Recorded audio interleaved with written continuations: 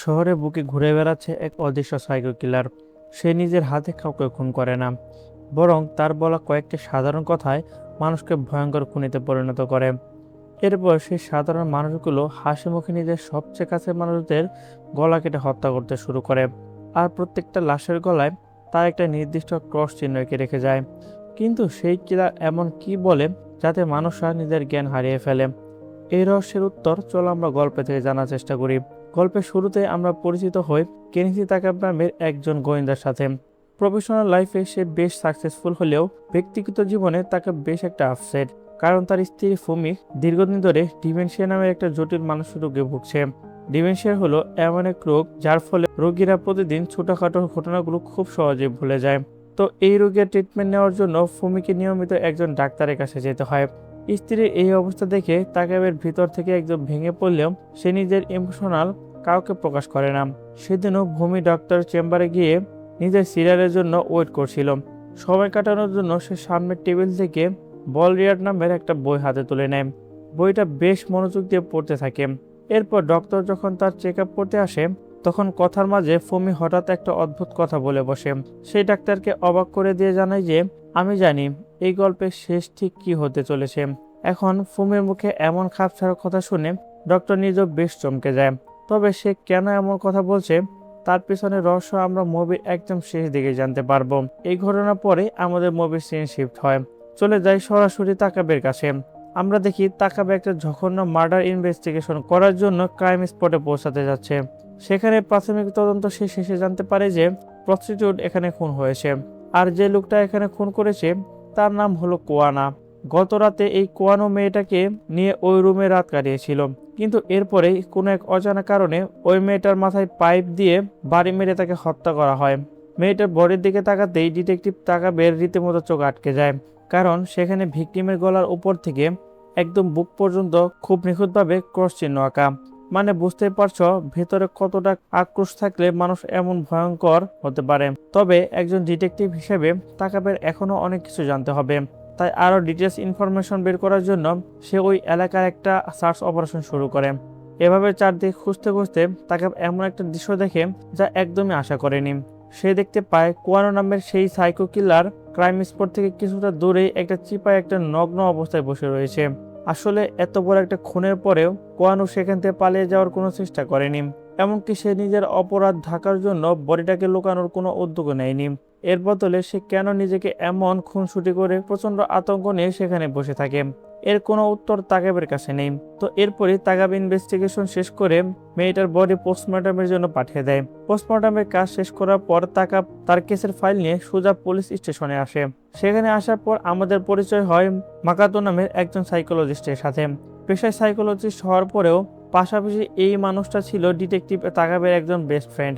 আসলে টোকিও শহরে গত 2 মাস ধরেই বেশ কিছু অদ্ভুত রকমের হত্যাকাণ্ড চলছে, যার মধ্যে আজকের পাওয়া এই কোয়ানো কেসটা ছিল একেবারে লেটেস্ট একটা ঘটনা। এই প্রত্যেকটা খুনের ঘটনাকে অদ্ভুত বলার পেছনে পুলিশের কাছে কিন্তু একটা শক্তিশালী লজিক আছে। যেমন অপরাধীরা অপরাধ করার পরপরই খুব শান্তভাবে সেটা পুলিশের কাছে স্বীকার করে নিচ্ছে। তাদের নিজেদের এই জঘন্য কাজের জন্য তারা আবার যথেষ্ট অনুতপ্ত হয়। কিন্তু পুলিশ যখন তাদের জেরা করে, কেন তোমরা এই মানুষগুলোকে খুন করছো, তখন তারা বেশ বিভ্রান্ত হয়ে জবাব দেয়, আমি সত্যিই জানি না কেন আমি এই কাজটা করলাম।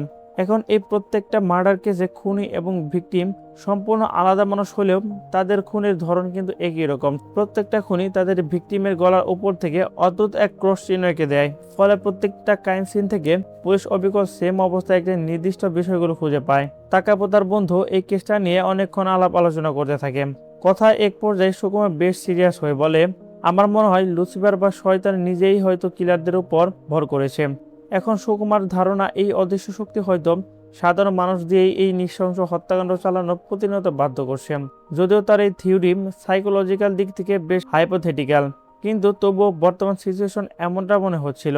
মানুষ সাধারণত মনে করে যে একটা অপারেশনের পিছনে অবশ্যই কোনো একটা নির্দিষ্ট কারণ বা অর্থ লুকিয়ে থাকে, কিন্তু তারা এটা একবারও জানে না যে বেশিরভাগ সময় এইসব জঘন্য ঘটনার পিছনে তেমন কোনো লজিক থাকে না। তার মানে বুঝতে পারছো একটা বেশ জটিল আর রহস্যময় কেস আমাদের ডিটেকটিভ তাকাবের হাতে এসে পৌঁছেছে। তাই সারাক্ষণ তাকে এই হত্যাকাণ্ডগুলোর পিছনে আসল রহস্য নিয়ে কিছু চিন্তায় ডুবে থাকতে হয়। কিন্তু এই অদ্ভুত ক্রস চিহ্নটা ছাড়া আর কোনো ক্লু তার কাছে নেই। তাকেবের মনে বারবার একটাই প্রশ্ন ঘুরপাক খাচ্ছে, আলাদা আলাদা মানুষ কেন হুবহু একই রকমের মোটিভ করে খুন করছে। এই প্রশ্নের উত্তর খুঁজতে গিয়ে সে নিজের অজান্তে এমন এক সাইকোলজিক্যাল গেমের শিকার হতে চলেছে যা তার পুরো জীবন ধ্বংস করে দেবে। এবার শহরে কোলাহল ছেড়ে আমরা চলে আসি সমুদ্রের ধারে এক শান্ত ও নির্জন পরিবেশে। সেখানে বালুচরে বসে টেরো হানুকা নামের একজন স্কুল শিক্ষক আপন মনে কিছু একটা লেখালেখি করছিল। চারিপাশের পরিবেশটা বেশ শান্ত হলেও এই নির্জনতা খুব বেশি স্থায়ী হয় না, কারণ কিছুক্ষণ পরে এক অদ্ভুত লোক এসে সেখানে চুপচাপ দাঁড়িয়ে পড়ে। ওই অচেনা লোকটাকে দেখে স্পষ্ট মনে হচ্ছিল যে সে নিজের স্মৃতি থেকে কিছু একটা আপ্রাণ মনে করার চেষ্টা করছে। সে বারবার এদিক সেদিক উদ্দেশ্যহীনভাবে হাঁটাহাঁটি করে আবারও টুরুর কাছে ফিরে আসে। এরপর সে টুরুকে বিভিন্ন প্রশ্ন করতে শুরু করে। সবচেয়ে আশ্চর্যের বিষয় হলো যে সে যে প্রশ্নগুলো করেছিল একই প্রশ্ন বারবার সে রিপিট করতে থাকে।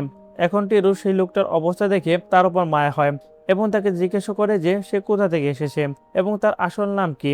স্মৃতিহারা এই লোকটা নিজের সম্পর্কে তখন কোনো কিছু সঠিক উত্তর দিতে পারছিল না। ফলে এক প্রকার বাধ্য হয়ে চোরু ওই অচেনা লোকটাকে নিজের সাথে করে বাসায় নিয়ে আসে। তার উদ্দেশ্য ছিল যে শুধুমাত্র এই অসহায় লোকটাকে একটু সাহায্য করবে। এবার বাসায় নিয়ে আসার পরে চোরু হঠাৎ লোকটাকে জ্যাকেটে একটা নেম ট্যাগ লাগানো দেখতে পায়। সেখানে মামিয়া নামের একটা শব্দ বেশ স্পষ্ট অক্ষরে লেখা ছিল। ফলে সে ধরে নেয় যে এটাই হয়তো এই মানুষটার আসল পরিচয়। এরপর সে মামিয়াকে পরামর্শ দেয় পুলিশের সাথে যোগাযোগ করতে, যাতে তার আত্মীয় স্বজনে খোঁজ দিতে পারে। কিন্তু মামিয়াকে দেখা যায় যে টুরু কথায় সে কোনোভাবে রাজি হচ্ছে না, বরং সে টুরু এবং তার স্ত্রীর ব্যক্তিগত সম্পর্কের জীবনে জানার জন্য বেশ মরিয়া হয়ে ওঠে। কারণ টুরুর মনের ভেতরে এই লোকটাকে নিয়ে বেশ কিছু সন্দেহ দানা বাঁধতে শুরু করে। ঠিক তখনই পুরো ঘটনা মোড় সম্পূর্ণ ভিন্ন এবং ভয়ঙ্কর দিকে ঘুরে যায়।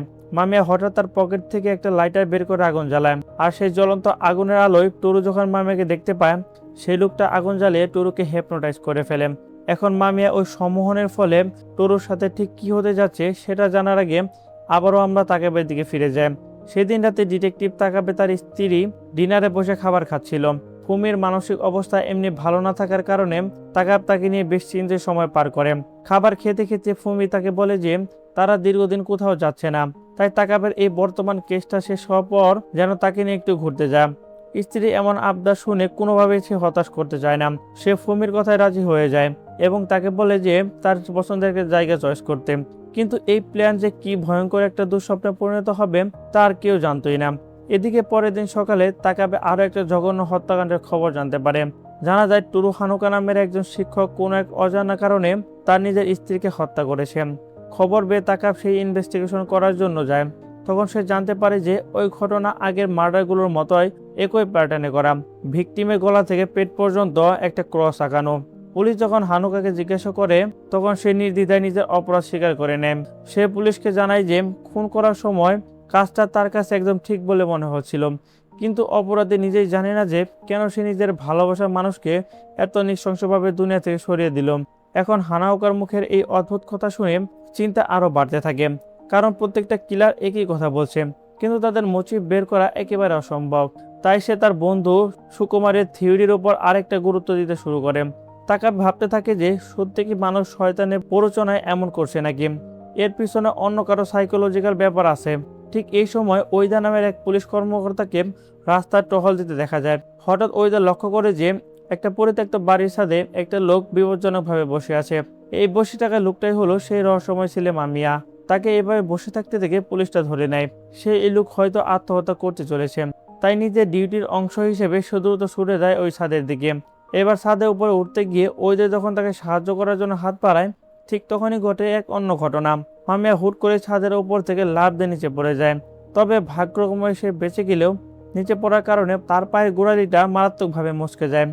এরপর ওয়েদা তাকে উদ্ধার করে জিজ্ঞাসাবাদের জন্য একটা পুলিশ আউটপোস্টে নিয়ে যায়। সেখানে মামিয়ার কাছে তার পরিচয় সম্পর্কে জানতে চাওয়া হলে সে আবারও অদ্ভুত আচরণ শুরু করে দেয়। সাগরে বসে থাকা টুরুর সাথে সে যেভাবে আচরণ করেছিল ঠিক তেমনই সে ওয়েদার সাথেও করতে থাকে। বারবার প্রশ্ন করার পরেও মামিয়া যখন কিছু বলতে পারে না, তখন বাধ্য হয়ে ওয়েদা অন্য একটা স্টেশনে ফোন দিয়ে তার সম্পর্কে তথ্য জোগাড় করার চেষ্টা করতে থাকে। এভাবে ওয়েদা যখন স্টেশনে ফোন করে মামিয়ার ব্যাপারে খোঁজ নিচ্ছিল, তখন মামিয়া বেশ শান্তভাবে সেখানে বসেছিল। চারিপাশে পরিবেশটা তখন অদ্ভুত রকমের নিস্তব্ধ, আর সেই সাথে বাইরে হালকা বৃষ্টির একটা শুনশান শব্দ হচ্ছিল। এমন সময় মামিয়া ওয়েদার দিকে তাকিয়ে খুব ক্যাজুয়ালি উল্টাপাল্টা প্রশ্ন করতে শুরু করে। বারবার সে ওয়েদারকে জিজ্ঞাসা করে সে আসলে কে, আর কেন পুলিশ বক্সে তাকে আটকে রাখা হয়েছে। তার কথায় বিরক্ত হয়ে তাকে চুপচাপ বসে থাকতে বলে। এরপর কথায় এক পর্যায়ে মামিয়া তার পকেট থেকে সেই চিরচেনা লাইটারটা বের করে আগুন জ্বালায়। আর এই লাইটারের আলো এবং তার কথার জাদুতে ওইদা নিজের অজান্তে ভয়ঙ্কর এক হিপনোটাইজের পাদে ফা দেয়। মামিয়া তাকে খুব নরম সুরে বোঝাতে থাকে যে তার ভেতরে জমে থাকা ক্ষোভগুলো তার লুকিয়ে রাখা ঠিক হবে না। এদিকে তাকাবার সুকুমা সেই সিরিয়াল কিলিং এর পিছনে হিপনোটাইজের এক কানেকশন আছে কিনা তা নিয়ে গভীর আলোচনা করতে থাকে। সুকুমা তাকাবকে জানায় যে হিপনোটাইজম দিয়ে কাউকে তার নিজস্ব মোরালিটির বাইরে কোনো কাজ করানো একেবারে অসম্ভব। অর্থাৎ কেউ যদি মনে করে যে খুন করা পাপ, তবে তাকে হিপনোটাইজ করে খুন করানো বেশ কঠিন। তাছাড়া ভিকটিমের গলার ওই অদ্ভুত ক্রসটা খোদাই করার মতন ইনস্ট্রাকশন মানুষদের ব্রেনে সেট করাটা তো তার থেকে বেশি চ্যালেঞ্জিং। এখন এর জন্য অসম্ভব একদম দক্ষতার প্রয়োজন, যা শুধুমাত্র একজন প্রফেশনাল হিপনোটাইজিস্ট করতে পারে। মানে বুঝতেই পারছো, সাইকোলজির ভাষায় ব্যাপারটা যত সহজ মনে হয়, বাস্তবে সেটা মোটেও ততটা সহজ কাজ ছিল না। কিন্তু সুকুমার এই সাইকোলজিক্যাল থিওরিটা পুরোপুরি ভুল প্রমাণ করে দেয় ওই পুলিশ অফিসার ওয়েদা। কেননা সে হিপনোটাইজ হওয়ার কিছুক্ষণ পরেই নিজের কলিগকে খুব ঠান্ডা মাথায় গুলি করে দুনিয়া থেকে সরিয়ে দেয়। এরপর আগের ঘটনাগুলোর মতো সে ভিকটিমের গলা থেকে নিখুঁতভাবে ক্রস চিহ্ন এঁকে দেয়। এই ঘটনার পর মামিয়ার মানসিক অবস্থা স্বাভাবিক না থাকায় তাকে চিকিৎসার জন্য পুলিশ একটা মেন্টাল হসপিটালে শিফট করা হয়। সেখানে আকিকো নামে এক মহিলা ডাক্তারের কাছে শুরু হয় ট্রিটমেন্ট। এখানে মামিয়াকে দেখে আকিকোর বেশ পছন্দ হয়ে যায়, তাই সে তার পেশেন্টের সাথে মাঝে মাঝেই বিভিন্ন বিষয় কথা বলে। আর এই সাধারণ কথা বলাটাই একসময় তাদের মধ্যে একটা মারাত্মক সাইকোলজিক্যাল নেশার মতো শুরু হয়। এভাবে হাসপাতালে ওই কেবিনে মামিয়া খুব চালাকির সাথে আইকার ভিতরে ক্ষোভগুলোকে ট্রিগার করতে থাকে। সেই আকিকো চোখের দিকে তাকিয়ে বলে, তুমি তো একজন সার্জন হতে চেয়েছিলে তাই না? কিন্তু এই পুরুষতান্ত্রিক সমাজে তোমাকে সার্জন হতে দেয়নি, কারণ তারা ভাবে নারীরা জাস্ট নিচ্চ জাতের মানুষ। আর মুখে এই কথাগুলো শুনে আকিকো ভিতর থেকে প্রচন্ডভাবে রিয়াক্ট ভেসে ওঠে। সে এক প্রফেশনাল লাইফে বাঞ্ছনা আর সমাজের প্রতি জমে থাকা রাগগুলোকে আর আটকে রাখতে পারে না। এভাবে মামিয়া তার কথার জাদুতে আকিকোকে হিপনোটাইজ করে ফেলে। এরপর আকিকো দেয়ালে একটা ক্রস চিহ্ন আঁকে এবং তাকে দেখে মনে হয় যে জীবনে সবচেয়ে বড় মুক্তিটা খুঁজে পেয়েছে। এদিকে ওয়েদার খুন করার খবরটা জানাজানি হলে সুকুমা দ্রুত তাকে জিজ্ঞাসাবাদের জন্য ছুটে যায়। আগের খুনের মতোই ওয়েদারও ঠিক একই রকম সব স্বীকার করে নেয়। কিন্তু পরবর্তীতে আরও কে খুন হতে চলেছে সেটা আমরা জানবো পরবর্তী এপিসোডে। এই এপিসোড কেমন লাগলো সেটা আপনারা অবশ্যই কমেন্টস করে জানাবেন। পরবর্তী এপিসোড দেখতে চাইলে অবশ্যই চ্যানেলটা সাবস্ক্রাইব করে দিবেন। পরবর্তী এপিসোড খুব শীঘ্রই চলে আসবে। সেই পর্যন্ত সবাই ভালো থাকবেন, সুস্থ থাকবেন। আল্লাহ হাফেজ।